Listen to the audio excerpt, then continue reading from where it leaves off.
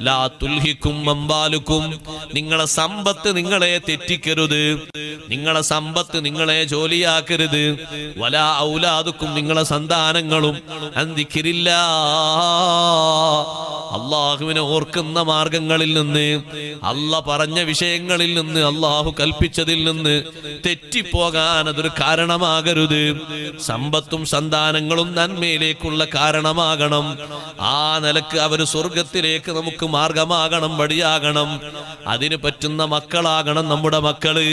ബാപ്പക്കും ഉമ്മക്കും കുടുംബത്തിനും ഖിദ്മത്ത് ചെയ്യാൻ പറ്റുന്ന നല്ല ദീനീബോധമുള്ള മക്കളാക്കി, അള്ളാഹു പൊരുത്തപ്പെടുന്ന മക്കളാക്കി അവരെ വളർത്തണം.